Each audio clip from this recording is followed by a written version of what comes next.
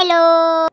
Assalamualaikum and hai kawan-kawan. Hari ini saya nak share tentang sistem pencernaan. Apakah itu sistem pencernaan? Sistem pencernaan ialah proses penguraian butiran makanan yang besar dan kompleks kepada butiran yang kecil, ringkas dan terlarut supaya mudah diserap oleh organ-organ dalam badan. Pencernaan ini terbagi kepada dua, iaitu pencernaan fizikal dan pencernaan kimia. Pencernaan fizikal ini melibatkan bahagian mulut saja, manakala pencernaan kimia melibatkan enzim dalam badan kita seperti enzim lipase, protease dan lain-lain lagi. Antara bahagian-bahagian utama dalam sistem pencernaan ialah mulut, esophagus, perut, duodenum, usus kecil. Jadi saya nak bagi satu akronim yang mudah untuk kita ingat selalu-selalu utama dalam sistem pencernaan, iaitu Mak Esah pergi dan Mak untuk khusus ujian bersama Raja dan Dut. Mak Esah pergi dan Mak untuk khusus ujian bersama Raja dan Dut. Ikutlah nawak lagu ke nawak apa pun. Okey, jadi Mak tu untuk mulut, Esah tu untuk esophagus, pergi tu untuk perut, dan Mak tu untuk duodenum, untuk khusus tu usus kecil, dan ujian bersama tu usus besar, raja rectum, dan dut dubur. Okey, antara organ tambahan lain dalam sistem pencernaan ialah hati, pundi hempedu dan juga pankreas. Jadinya dalam sistem pencernaan ini terbagi kepada 3 jenis pencernaan. Yang pertama iaitu pencernaan karbohidrat di dalam mulut, yang kedua pencernaan protein dalam perut, yang ketiga pencernaan karbohidrat, protein, lipid dalam usus kecil.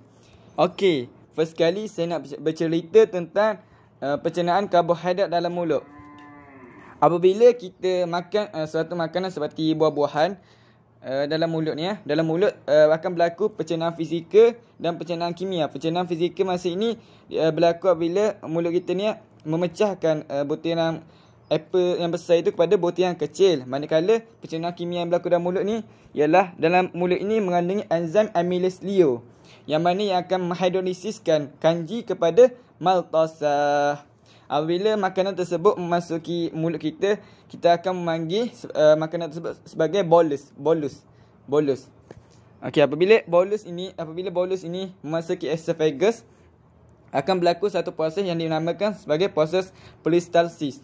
Proses peristalsis ini ialah proses pengecutan dan pengenduran otot-otot di sekeliling esophagus ni untuk membolehkan bolus itu bergerak masuk ke dalam badan kita agar dapat melakukan proses seterusnya. Oh no.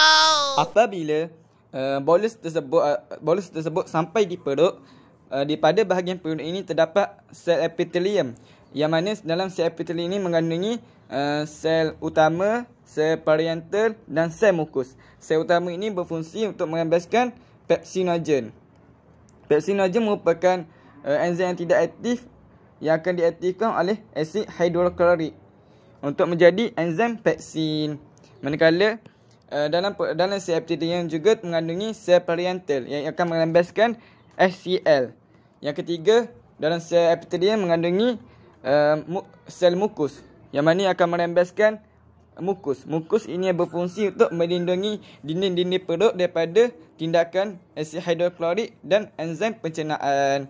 Okey, jadinya di perut ini terdapat kelenjar gaster yang akan merembeskan jus gastrik.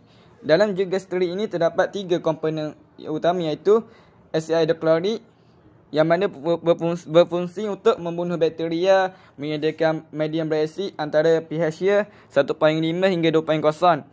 Yang ketiga, menghentikan tindakan alkali amylase dan juga berfungsi untuk menukarkan pepsinogen kepada menghidrolisiskan pepsinogen kepada enzim pepsin. Okey, komponen kedua dalam jus gastrik ialah enzim pepsin. Enzim pepsin ini berfungsi untuk menghidrolisiskan protein kepada polipeptida. Yang ketiga, komponen ketiga ialah enzim renin yang berfungsi untuk menghidrolisiskan kaseinogen kepada kasein. Apabila makanan yang sampai dalam perut ini bertindak balas ataupun bercampur dengan jus gaster dan juga enzim pepsin, makanan tersebut akan menjadi bentuk separa cecair yang ataupun dikenali sebagai kim. Jadinya Kim ini akan memasuki duodenum ke dalam duodenum secara perlahan-lahan. Okey. Apabila Kim sampai di duodenum ini memerlukan keadaan yang beralkali. Jadinya sebab apa? Sebabnya Kim yang tadi tu kan dalam perut kan banyak asid. Jadi bereaksi lah. Jadinya dalam dekat duodenum ni perlu keadaan yang beralkali. Jadi nak ambil daripada siapa? Jadinya ini adalah fungsi hati. Hati ini adalah berfungsi untuk menghasilkan hempedu.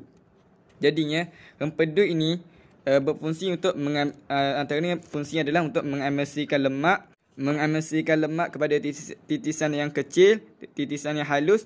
Yang keduanya untuk menetralkan kim yang berasid. Yang ketiganya menyediakan keadaan berkali untuk berlakunya tindak balas dalam duodenum. Okey, hempedu tadi itu akan disalurkan melalui ductus hempedu ke duodenum.